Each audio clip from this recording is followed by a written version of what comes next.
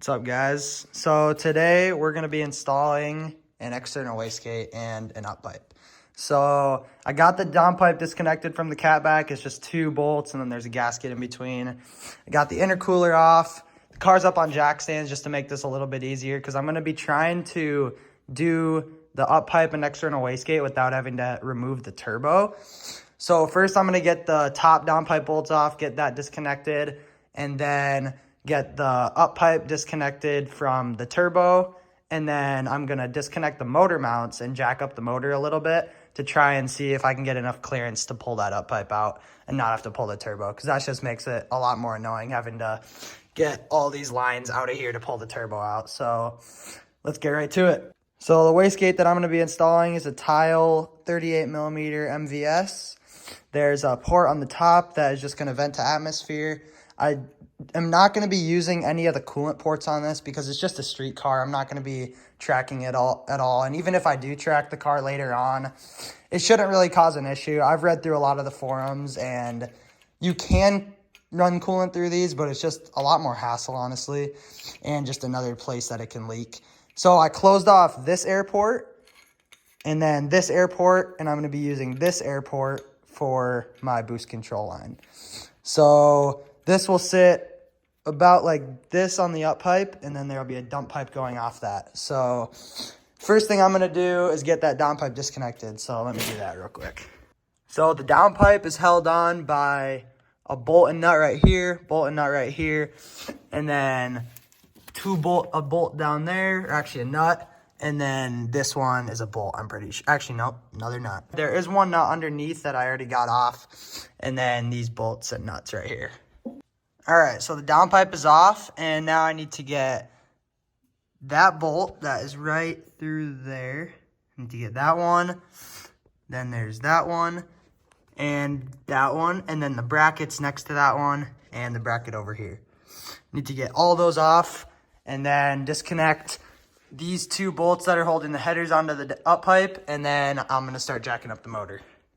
All right, so I've got all the turbo to uppipe bolts and nuts off, and the uppipe is disconnected from the headers, but as you can see, it's just a little bit too close. The header still hits on it. So what I'm going to do is disconnect the 2 motor mounts and just leave the nut just hanging on the end of it barely and jack the motor up just a little bit to see if I can pull that uppipe out. And I think I should be able to. There should be enough clearance. All right, so the first motor mount sits right here, right behind the headers. So I'm going to get that one off, and then I'll do the exact same thing on the other side. All right, so the stock uppipe is out. I got the new one in and got 1 nut on there just to hold it up. But check out this old uppipe. That'll definitely cause an exhaust leak. The entire flange just snapped off this top piece on the flex section.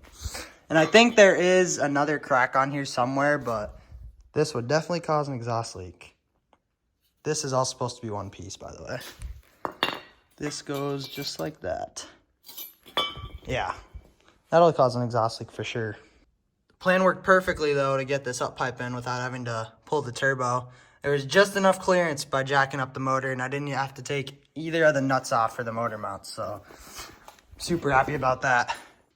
So I'm going to get the nuts holding the uppipe on and then connect it to the bottom portion of the headers, and then I can get that wastegate thrown on along with the dump tube. So I got the uppipe into the turbo and started putting some nuts on it and realized I forgot the gasket. So I'm going to drop that uppipe back out, throw this on, and then we can put it back on.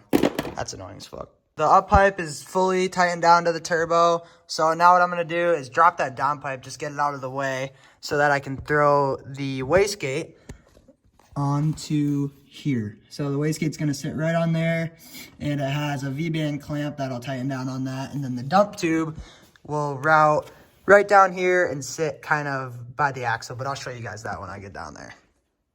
All right, guys, so now I'm under the car, and that right there is where you're going to be putting the wastegate onto.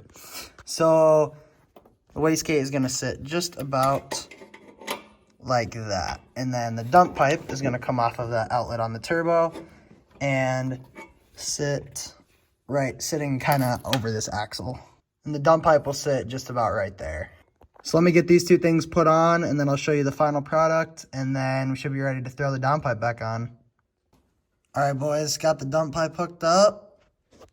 So that completes our installation. So I'm just going to throw the downpipe back on and throw the intercooler on, and this thing will be good to go. So it's probably going to end this video, but thank you guys for watching. See you in the next one.